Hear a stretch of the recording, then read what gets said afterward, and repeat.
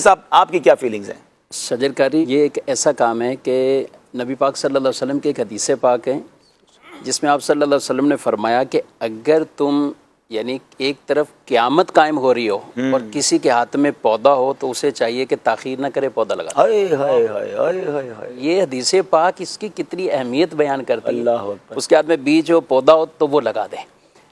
اور دوسری روایت میں فرمایا اگر تمہارے کانوں تک یہ آواز آ جائے کہ فتنہ دجال یہ اٹھ کھڑا ہوگا، یہ آ گیا، تو اس وقت بھی فرمایا کہ تم اس کو لگانے میں وہ عجلت سے کام نہ لو بلکہ ٹھہراؤ کے ساتھ اس کام کو کرو، اچھے طریقے سے لگا لو۔ یعنی ہم جتنی احتیاطیں بیان کر رہے ہیں کہ اور ہمارا نعرہ یہی ہے کہ پودا لگانا ہے، درخت بنانا ہے۔ اس جتنی روایات ہم یہ پڑھتے ہیں نا، اس میں ایک چیز بطور خاص یہ بیان کی گئی کہ جس نے درخت یا پودا لگایا اور پھر اس کو قائم کرنے پر صبر بھی کرتا رہا اور وہ مشقت یہ برداشت بھی کرتا رہا، یہ باقاعدہ روایات میں یہ ٹیمپرامنٹ ریکوائرڈ ہے، یہ بالکل ہے۔ کیونکہ بعض چیزیں ایسی ہوتی ہیں نا، اب کوئی بلڈنگ بنا دی تو ٹھیک ہے، 1 سال محنت ہوئی تو وہ کھڑی ہوگی، پوری بلڈنگ بن گئی، اب آدمی مطمئن ہے، جس نے پیسہ لگایا وہ بھی مطمئن ہے، یہ کام چل گیا۔ جیسے آپ کہہ رہے ہیں کہ آپ علاقوں میں گئے، لوگوں نے بتایا یہ آپ نے پودا لگایا، یہ تو کتنی خوشی داخل ہوتی۔ اس طرح جو یہ صدقات کرتے ہیں، ٹھیک ہے، مساجد، مدارس، اس طرح وہ بھی جب آتے ہیں تو آباد کاری دیکھتے ہیں تو دل میں خوشی ہوتی ہے کہ ہم نے اپنے مرحومین کے نام کے لیے یہ کام کیا تھا، اللہ پاک قبول فرمائے۔ تو اسی طرح جو یعنی وہ تو 1 سال میں بھی بلڈنگ کھڑی ہو سکتی ہے، لیکن یہ پودوں والا کام ایسا ہے کہ درخت بنانے تک ان کو بچوں کی طرح پرورش چاہیے، ان کو وہ پیار بھی چاہیے، پیار سے مریں خدمت چاہیے پوری، اسی طرح دیکھ بھال ان کی چاہیے۔ تو رسول اللہ صلی اللہ علیہ وسلم نے جہاں بھی درخت لگانے اور پودے لگانے کی یہ اہمیت بیان کی تو وہاں باقاعدہ یہ کلمات بھی فصبر علی قیامہا، ان کو کھڑا کرنے تک اس صبر میں قائم اس نے کیا، یہ چیزیں بیان فرمائی۔ اچھا، پھر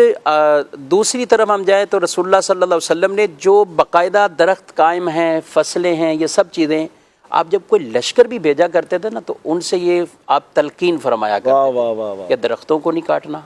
فصلیں برباد نہیں کرنا، یعنی ان چیزوں کا خیال کرنا ہے، یہ باقاعدہ ان کو۔ اسلام کتنا انوائرمنٹ فرینڈلی ریلیجن ہے، یعنی یہ بھی بات سمجھیے نا کہ لوگ کہتے ہیں یار دوسرے ملکوں والے یا دوسری قوموں والے درختوں پر اور فارسٹ پر، اگر اسلامی تعلیمات پڑھیں تو کتنی واضح حدیثیں موجود ہیں، ایون دشمن کے ملک میں بھی جانا تو ان کے درخت بھی نہیں کاٹنے۔ جی ہاں بالکل، اللہ، یعنی یہ چیز نہیں کرنی۔ پھر ساتھ صرف کاٹنا اور اس کی ممانعت، ساتھ ساتھ یہ بھی تعلیم اسلام نے دی کہ درختوں کے سائے میں کوئی ایسا کام نہ کریں کہ جس سے دوسرے لوگوں کی منفعت میں وہ نقصان پہنچے، یعنی اگر کسی کو استنجا، پیشاب وغیرہ کی حاجت ہے تو درخت کے نیچے نہیں بلکہ اس کو بھی یہ چیز صاف ستھری رکھنی ہے، کیونکہ جس مقصد کے لیے یہ درخت لگایا گیا ہے کہ کوئی آئے گا مسافر، اسے سایہ ملے، اچھی ہوا ملے، تو یہ اس کے لیے کام منع کیا کہ درختوں کے پاس، درختوں کے نیچے اپنی حاجت بھی اس طرح نہیں بلکہ وہ بھی درختوں سے ہم نے دور جانا ہے۔ اور بھی اس کے کچھ نقصانات بیان کیے کہ اس وجہ سے بھی آپ صلی اللہ علیہ وسلم نے اس کی ممانعت فرمائی۔ تو میں عرض کر رہا ہوں کہ درخت یا پودا لگانا، پھر اس کی دیکھ بھال کرنا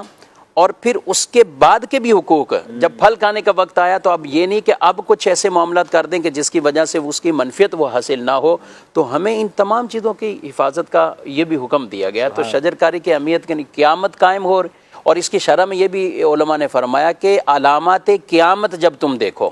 تو اس وقت بھی تمہارے ہاتھ میں اگر پودا ہے تو لگا دو پودا، یعنی وہ پودا لگاؤ، اس میں جلدی کرو، یہ کام کرنا چاہیے۔